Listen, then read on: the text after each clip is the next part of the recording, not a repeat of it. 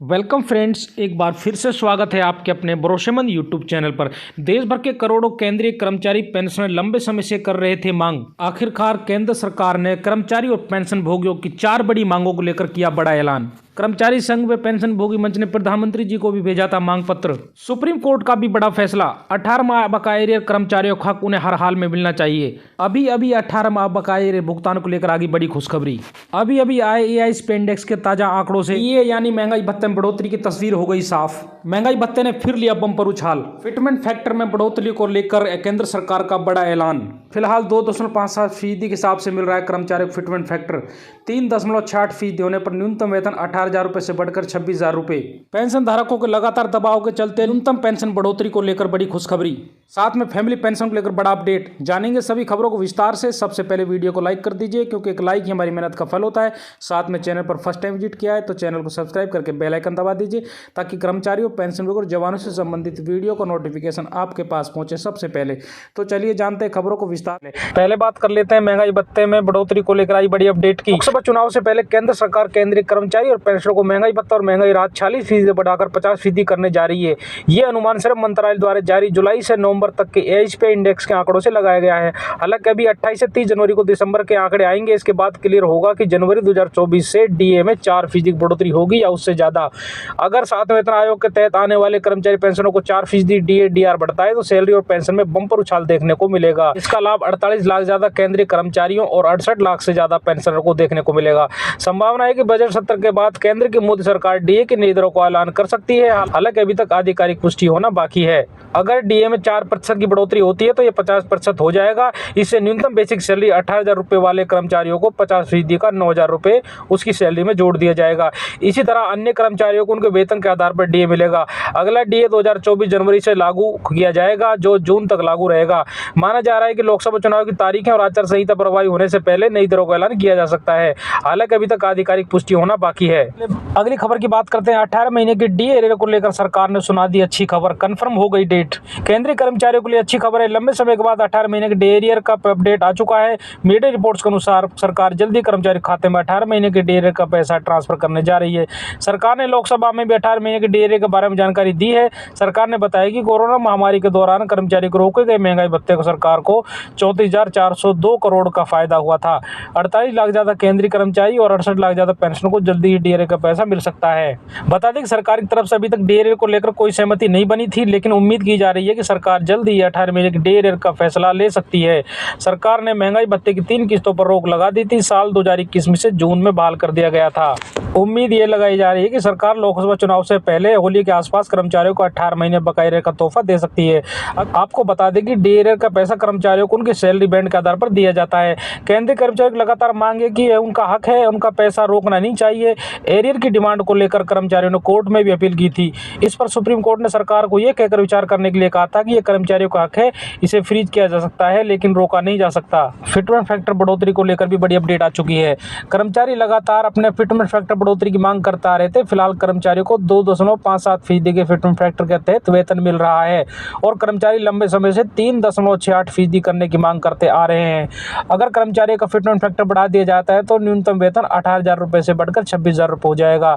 यानी कर्मचारी के सीधे वेतन में 98,000 रुपए की सालाना बढ़ोतरी देखने को मिलेगी। फिटमेंट फैक्टर ही कर्मचारियों के वेतन पेंशन को निर्धारित करता है। अगर फिटमेंट फैक्टर बढ़ा दिया जाता है तो कर्मचारियों के वेतन में काफी बढ़ोतरी देखने को मिलेगी। आगे बड़ी खबर की बात कर लेते हैं। केंद्र सरकार 1 फरवरी को अंतरिम बजट पेश करने की तैयारियों में जुटी है। इससे पहले केंद्रीय कर्मचारी और रिटायर्ड लोगों ने भी अपनी मांगें सरकार तक पहुंचा दी हैं। सेवारत कर्मी पुरानी पेंशन बहाली के लिए आवाज उठा रहे हैं तो पेंशनर भी अपनी मांगें सरकार के समक्ष रख दी हैं। भारत पेंशनर समाज के महासचिव एस.सी. महेश्वरी ने इस बाबत 12 जनवरी को प्रधानमंत्री, वित्त मंत्री और डीओपीटी मंत्री को पत्र भेजकर उनके समक्ष अपनी मांगें रख दी। इनमें पुरानी पेंशन को बढ़ाने की मांग भी शामिल है। मौजूदा समय में केंद्रीय कर्मचारियों को रिटायरमेंट के बाद उनके अंतिम आहरित वेतन का 50% हिस्सा बतौर पेंशन मिलता है। इस हिस्से को 50% से बढ़ाकर 67% करने की मांग की गई। साथ ही ओपीएस पर भी कोई टैक्स नहीं होना चाहिए। साथ ही भारत पेंशनर समाज ने पेंशन व्यवस्था में केंद्रीय वेतन आयोग का सहयोग देने वाली Tata economic consultancy service services की सिफारिशें लागू करने की मांग की है। भारत पेंशन समाज के महासचिव SC महेश्वरी ने अपने पत्र में कहा कि नीति निर्माताओं के लिए वरिष्ठ नागरिकों की पेंशन योजना और संबंधित वित्तीय नीतियों का संशोधित करने की दिशा में सचेत कदम उठाना अनिवार्य है। ये परिवर्तन केवल संख्या और प्रतिशत के बारे में नहीं है, इनके जरिए रिटायर्ड लोगों की गरिमा को बनाए रखना, उनका आराम सुनिश्चित करने, उस पीढ़ी के योगदान को पहचानने के बारे में है जिसने हमारे समाज को महत्वपूर्ण रूप से आकार दिया है। अब यह समय आ गया है जब सरकार को ऐसे लोगों के अंतिम वर्षों में उनकी सुरक्षा और संतुष्टि को बेहतर बनाने के लिए ठोस कदम उठाने चाहिए। बतौर SC महेश्वरी, आर्थिक अनिश्चितताएं अक्सर सेवानिवृत्ति के सुनहरे वर्षों पर हावी हो जाती हैं। रिटायर्ड लोगों को अपर्याप्त पेंशन से जुड़ना पड़ता है। इस मामले में केंद्र सरकार को तत्काल कदम उठाना चाहिए।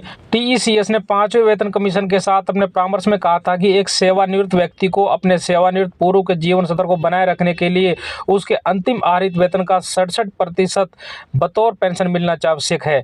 वर्तमान में जो पेंशन मिल रही है वह अंतिम आहरित वेतन का 50% है। यह अंतर केवल एक आंकड़ा ही नहीं, इसके माध्यम से अनगिनत वरिष्ठ नागरिकों के जीवन की गुणवत्ता में एक ठोस गिरावट का पता चलता है। एक अन्य पहलू जो इस खराब स्थिति को बढ़ा देता है वह है पेंशन पर कराधान, यानी पेंशन पर टैक्स लगता है। वृद्धावस्था के लिए आयकर में राहत छूट मौजूद है, लेकिन यह मुद्रास्फीति के कारण बढ़ती खाई को पाटने में अपर्याप्त है। भारत सरकार के वित्त मंत्रालय की STHCPC की सिफारिशों को विशेष रूप से पैरा 167.11 पर पुनर्विचार करने की तत्काल आवश्यकता है। महंगाई राहत DR और निश्चित चिकित्सा भत्ता FMA के साथ पेंशन के आयकर छूट देने से महत्वपूर्ण राहत मिल सकती है। श्रम मंत्री के बार आश्वासन देने के बाद भी EPFO इसे लेकर संजीदा नहीं है। बयान के मुताबिक हाल ही में श्रम मंत्री का आश्वासन मिलने पर जंतर मंतर पर अनशन रोक दिया गया था, लेकिन अब पेंशनभोगी के सब्र का बांध टूट रहा है।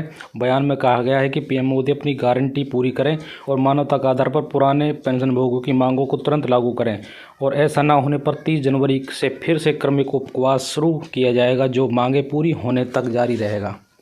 अगली खबर की बात करें तो फैमिली पेंशन से संबंधित बड़ी खबर आ चुकी है। केंद्र की मोदी सरकार ने महिला केंद्रीय कर्मचारियों को बड़ी राहत दी है।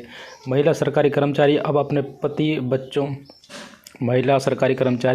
बच्चों को फैमिली पेंशन के लिए नॉमिनेट कर सकती है। पुराने नियम के तहत कोई भी महिला सरकारी कर्मचारी पति को ही नॉमिनेट कर सकती थी। सरकारी कर्मचारी के निधन के बाद सबसे पहले फैमिली पेंशन स्पाउस को ही मिला करता था, उसके बाद बच्चों को फैमिली पेंशन मिलने की बारी आती थी। कार्मिक लोक शिकायत एवं पेंशन मंत्रालय ने बताया कि CCS पेंशन रूल्स 2021 के नियम 50 के सब रूल 8 और 9 के मौजूदा प्रावधानों के मुताबिक यदि किसी मृत सरकारी कर्मचारी या पेंशनभोगी के पति या पत्नी परिवार में है तो पहले पति या पत्नी को पारिवारिक पेंशन दी जाती है। मृतक सरकारी कर्मचारी या पेंशनभोगी के पति या पत्नी पारिवारिक पेंशन के लिए अपात्र होते हैं या उनकी मृत्यु हो जाती है, उसके बाद ही बच्चे एवं परिवार के अन्य सदस्य पारिवारिक पेंशन के लिए हकदार होते हैं। पेंशन और पेंशनभोगी कल्याण विभाग को मंत्रालय विभागों से बड़ी संख्या में ऐसे रेफरेंस प्राप्त हुए जिनमें सलाह मांगी गई थी कि क्या वैवाहिक कलह की वजह से या कोर्ट में तलाक के लिए दायर याचिका की स्थिति में या घरेलू हिंसा से महिलाओं के संरक्षण अधिनियम, दहेज निषेध अधिनियम या भारतीय दंड संहिता के तहत मामला दर्ज करने की स्थिति में किसी सरकारी महिला कर्मचारी, महिला पेंशनभोगी उसके पति या पत्नी के स्थान पर अपने बच्चे या बच्चों को पारिवारिक पेंशन के लिए नामित करने की अनुमति दी जा सकती है।